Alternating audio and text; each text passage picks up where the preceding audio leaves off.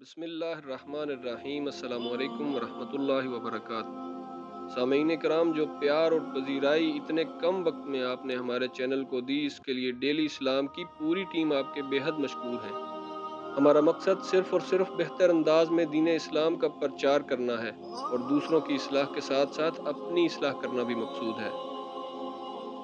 آج کا موضوع اپنی اہمیت کے لحاظ سے تو بہت بڑا ہے۔ قرآن و سنت میں اس کے احکامات، اس کی فرضیت، اس کی فضیلت، اس کی اہمیت کے سینکڑوں دلائل موجود ہیں کہ جیسے یہ اسلامی معاشرے کا جزو لازم ہے، اور وہ موضوع ہے صدقہ کرنا، یعنی جو مال اللہ نے اپنی مہربانی سے ہمیں عطا کیا ہے اسے اسی کی رضا کی خاطر ضرورت مندوں میں خرچ کرنا۔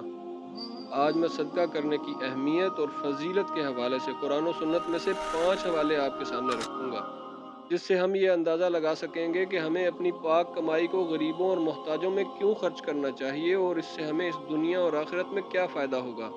سامعین کرام، قرآن مجید فرقان حمید میں اللہ رب العزت نے ارشاد فرمایا، آپ کہہ دیں کہ میرا رب اپنے بندوں میں سے بلا شبہ جس کے لیے چاہتا ہے رزق کشادہ کرتا ہے اور جس کے لیے چاہتا ہے تنگ کرتا ہے، اور جو تم خرچ کرتے ہو بس وہی اس کا بدلہ بھی دیتا ہے، اور وہی بہترین رزق دینے والا ہے۔ صدق اللہ العظیم۔ ہم جو کچھ بھی اللہ کی راہ میں خرچ کریں گے، آخرت میں تو اللہ ہمیں اپنے فضل سے نوازے گا ہی، مگر دنیا میں بھی ہمیں اس کا بدلہ عطا کر دیا جائے گا جو ہمارے لیے اس سے بہتر ہوگا جو ہم نے اس کے راستے میں خرچ کیا۔ یعنی صدقہ کرنے والا نقصان میں نہیں رہے گا، اسی لیے اس کے راستے میں بغیر حساب و کتاب خرچ کرنا چاہیے، کیونکہ نبی اکرم صلی اللہ علیہ وسلم کا ارشاد پاک ہے، گن گن کر اللہ کے راستے میں نہ دو ورنہ اللہ تعالیٰ بھی تمہیں گن گن کر دے گا۔ سامعین کرام، ہمیں صدقہ خیرات دیتے وقت یہ نہیں دیکھنا چاہیے کہ ہم کسے دے رہے ہیں، بلکہ یہ دیکھنا چاہیے کہ ہم کس کی خاطر دے رہے ہیں۔ وہ کئی گنا کر کے واپس کرتا ہے، اگر ہم اس کی خاطر بے حساب دیں گے تو وہ بھی ہمیں بے حساب ہی عطا کرے گا۔ سورہ منافقون میں اللہ رب العزت کا ارشاد پاک ہے، اور جو کچھ ہم نے تمہیں دے رکھا ہے اس میں سے ہماری راہ میں اس سے پہلے خرچ کرو کہ تم میں سے کسی کو موت آ جائے اور کہنے لگے، اے میرے پروردگار، تو تھوڑی دیر کی مہلت کیوں نہیں دیتا کہ میں صدقہ کروں اور نیک لوگوں میں ہو جاؤں۔ یعنی جب موت کا وقت آئے گا تو وہ انسان جو صدقہ نہیں کرتا اللہ رب العزت سے التجا کرے گا کہ اے اللہ مجھے اور مہلت دے دے تاکہ میں جو تو نے مجھے اپنی مہربانی سے عطا کیا وہ صدقہ کروں اور نیک لوگوں میں سے ہو جاؤں۔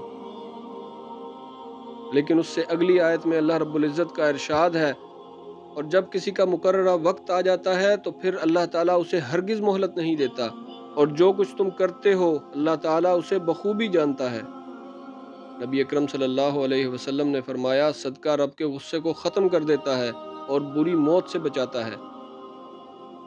ابو ہریرہ رضی اللہ تعالیٰ عنہ سے روایت ہے کہ پیارے آقا علیہ الصلاۃ والسلام نے ارشاد فرمایا کہ ہر مسلمان پر صدقہ کرنا لازم ہے۔ عرض کیا گیا، اگر کسی کو صدقہ کرنے کے لیے کوئی چیز نہ ملے، فرمایا اپنے ہاتھ سے کام کر کے اپنے آپ کو بھی فائدہ پہنچائے اور صدقہ بھی کرے۔ عرض کی گئی، کیا آپ فرماتے ہیں کہ اگر وہ اس کی استطاعت نہ رکھے؟ فرمایا بے بس ضرورت مند کی مدد کرے۔ پوچھا گیا، اگر وہ اس کی بھی استطاعت نہ رکھے؟ فرمایا نیکی یا بھلائی کا حکم دے۔ کہا گیا، اگر وہ ایسا بھی نہ کر سکے تو فرمایا وہ اپنے آپ کو شر سے روک لے، یہ بھی صدقہ ہے۔